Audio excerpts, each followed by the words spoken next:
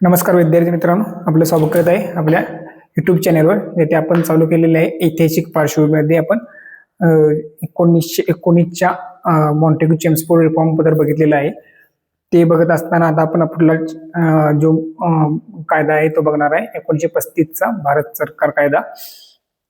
त्यामध्ये आपण बघणार आहे की तो का आणण्यात आला, त्यामागील काय काय तरतुदी आहेत, त्यानंतर त्याची वैशिष्ट्ये, हे सर्व बघणार आहे.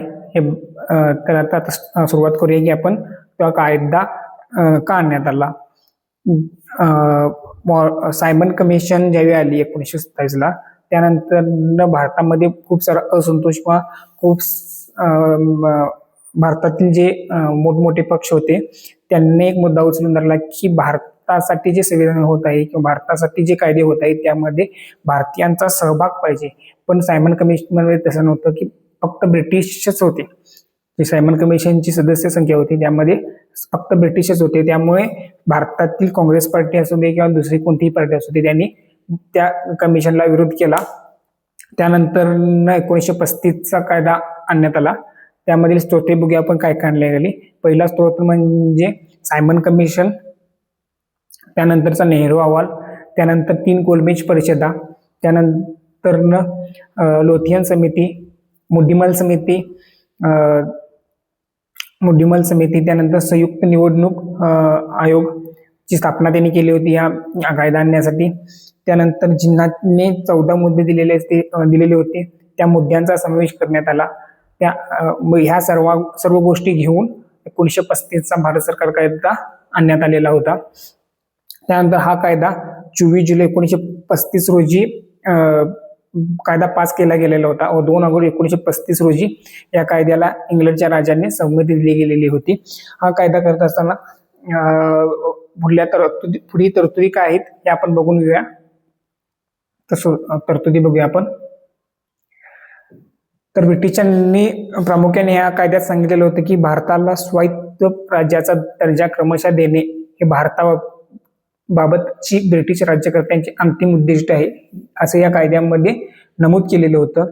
त्यानंतर या कायद्यामधील पुढील प्रकारे तरतुदी बघू आपण की या कायद्यामध्ये कोणत्या तरतुदी दिल्या गेलेल्या आहेत. सर्वप्रथम पहिली तरतूद जी आहे ती 1958ला जे इंडियन काउन्सिल स्टार्ट केलेलं होतं,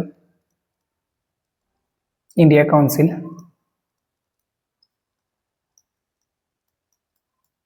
त्याला रद्द करून त्या जागी सल्लागार मंडळ नेमण्यात आलेलं होतं.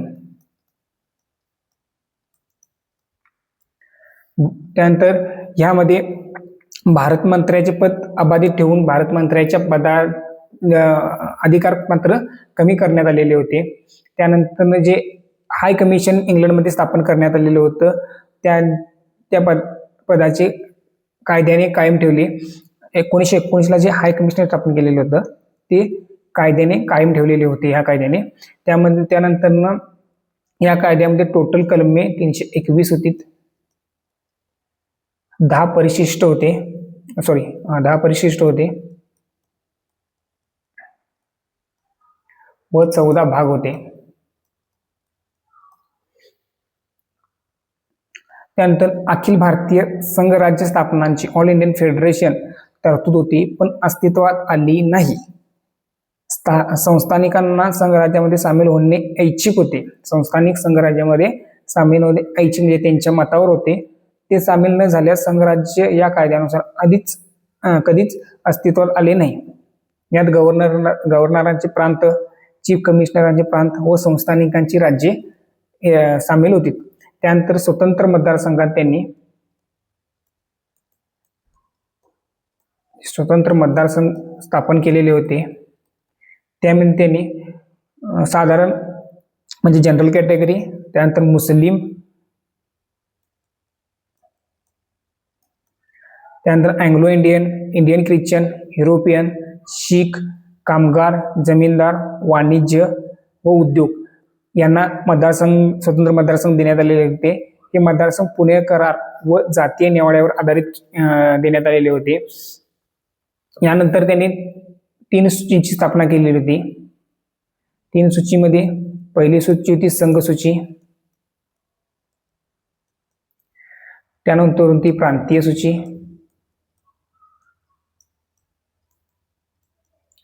व त्यानंतरची होती समवर्ती सूची.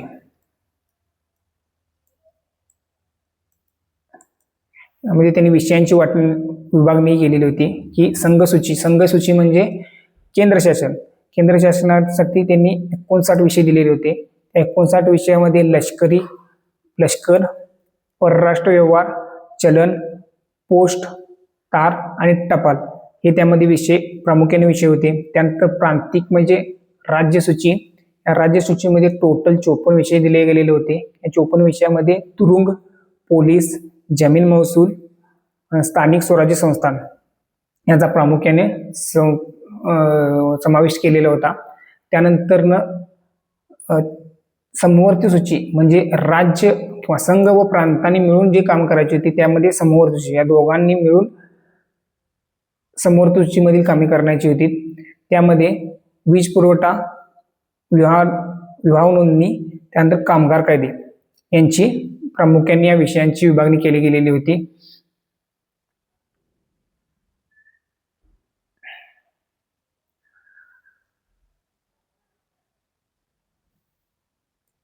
त्यानंतर 5वा पॉईंट असा आहे की शेषाधिकार आधी जी केंद्राकडे होते, मागल्या कायद्यामध्ये शेषाधिकार केंद्राकडे होते ते आता गव्हर्नर जनरलकडे देण्यात आलेले होते.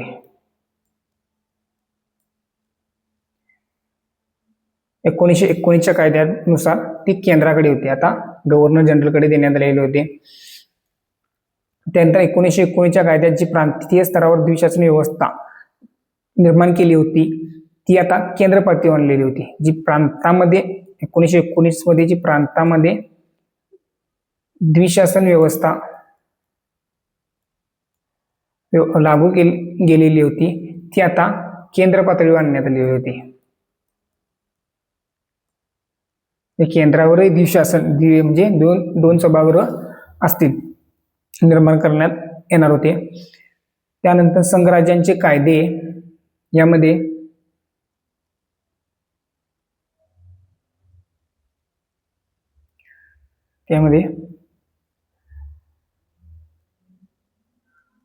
संघराज्य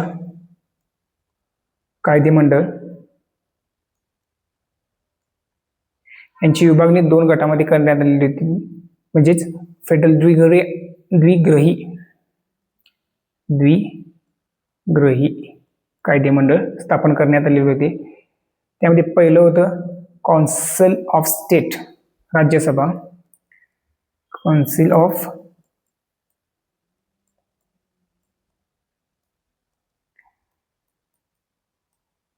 राज्यसभा. त्यानंतरचं होतं फेडरल असेंब्ली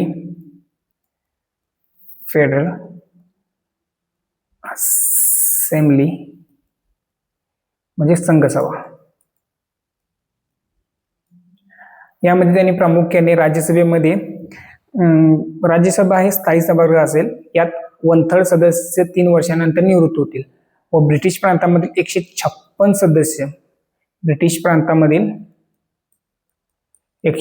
सदस्य व संस्थानिकातील जास्तीत जास्त 104 सदस्य असतील. त्यानंतर फेडरल असेंब्लीमध्ये संघराज्यामध्ये 250 सदस्य संघसभेमध्ये प्रतिनिधी प्रांताचे व हे प्रांताचे 250 असतील. तर जास्तीत जास्त 125 सदस्य संस्थानाचे असतील आणि याची कालावधी 5 वर्षे ठेवण्यात आलेली होती. त्यानंतर 6 प्रांतांमध्ये द्विग्रही कायदेमंडळ स्थापन करण्यात आलेले होते. ते 6 प्रांत म्हणजे बॉम्बे प्रांत, मद्रास प्रांत, बंगाल प्रांत, संयुक्त प्रांत, बिहार प्रांत व आसाम प्रांत. कोणकोणत्या यांच्यात 6 प्रांतांमध्ये द्विग्रही कायदेमंडळ. त्यामध्ये बंगाल हे आपले 3 मेन प्रांत, बंगाल, मद्रास व बॉम्बे प्रांत, त्यानंतर संयुक्त प्रांत, बिहार व आसाम, असे टोटल 6 प्रांत होते. त्यानंतर ना या कायद्यामध्येच फेडरल कोर्टची स्थापना करण्यात आलेली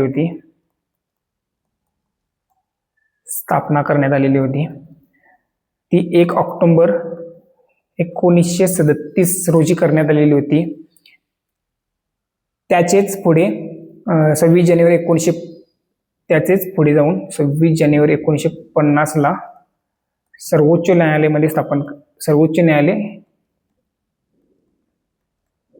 यात रूपांतर करण्यात आले.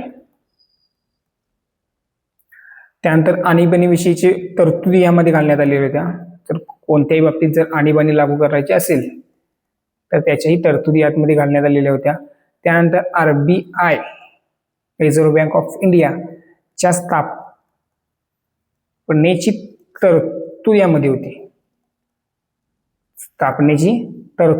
होती. पण RBIची स्थापना ही RBI ऍक्ट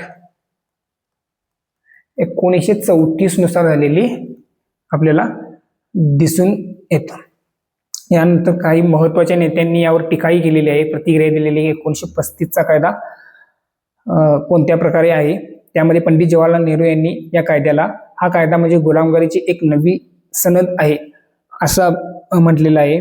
त्यानंतर मोहम्मद अली जिन्ना यांनी या कायद्याला संपूर्णपणे कुजलेला, मूलभूतरित्या अयोग्य आणि पूर्णपणे अस्वीकार्य असे म्हटलेले आहे. त्यानंतर या कायद्यामध्ये आणि 1919च्या कायद्यामध्ये जे आपण द्विग्रही कायदे मंडळ बघितलेलं आहे, 1919चा कायदा व 1935च्या कायद्यामध्ये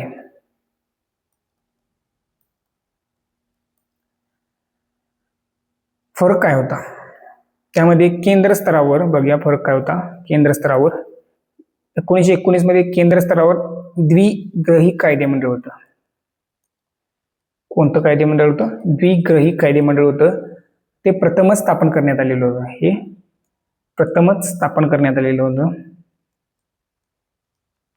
व 1935 ला केंद्र स्तरावर द्विग्रही कायदेमंडळ स्थापन करण्यात आले. त्यासोबतच केंद्र पातळीवर द्विशासन व दुहेरी शासन व्यवस्थाही निर्माण करण्यात आली. यामध्ये द्विग्रही कायदेमंडळी स्थापन करण्यात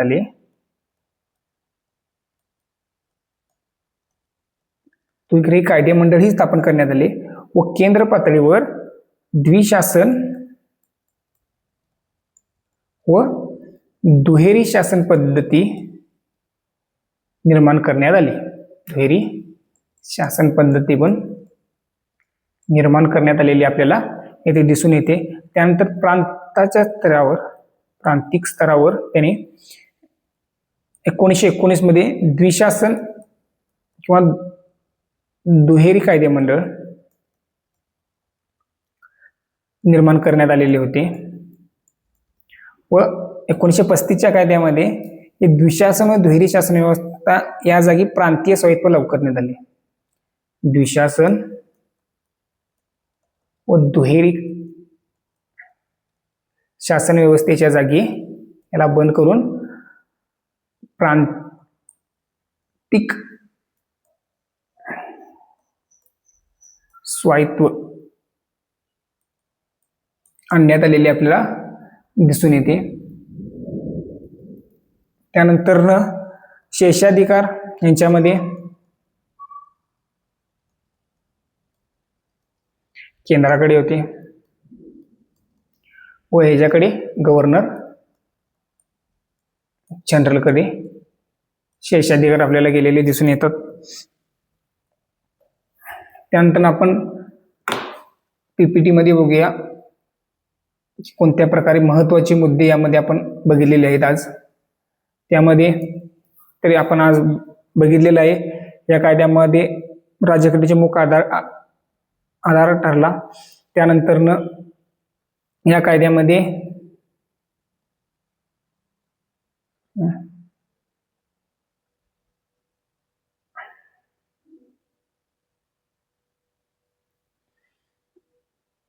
321 कलमे, 14 भाग व 10 परिशिष्ट समावेशित बघितलेले आहे. पण प्रांतामध्ये दुहेरी शासन व्यवस्था रद्द करून दुहेरी शासन व्यवस्था रद्द करून प्रांतिक स्थायित्व लागू करण्यात आलेलं होतं व केंद्र स्तरावर तीच दुहेरी शासन व्यवस्था आणण्यात आलेली होती, पण ती प्रत्यक्षात आली नाही कारण की दुसरं महायुद्ध चालू झालेलं होतं. त्यानंतर 1 ऑक्टोबर 1937 ला फेडरल कोर्टची स्थापना झालेली आपल्याला दिसून येते. त्यानंतर रिझर्व्ह बँकच्या स्थापनेची तरतूद यामध्ये होती, पण रिझर्व्ह बँकची स्थापना RBI ऍक्ट 1934 नुसार झालेली आपल्याला दिसून येतं. त्यानंतर अधिकारात विभागाची सूची बी केलेली होती. संघ सूचीमध्ये 56 विषय होते, त्यामध्ये आपण बघितलेले आहेत लष्करी, परराष्ट्र, चलन, पोस्ट. त्यानंतर प्रांतिक स्तरावर आपण बघितलेले आहे 54 विषय होते, पोलीस, महसूल, तुरुंग. समवर्ती सूचीमध्ये 36 विषय होते, त्यामध्ये शिक्षण, वीज व कामगार. त्यानंतर शेषाधिकार जे होते ते गव्हर्नर जनरलकडे देण्यात आलेले होते. तर मित्रांनो, आज आपण बघितलेला आहे 1935चा भारत सरकार कायदा. उद्या आपण बघणार आहे भारत स्वातंत्र्याचा कायदा. त्यानंतर आपली ऐतिहासिक पार्श्वभूमी संपते. तर उद्याचं लेक्चर नक्की बघा व फीडबॅक द्या की कसा वाटला आपल्याला व्हिडिओ. तर धन्यवाद.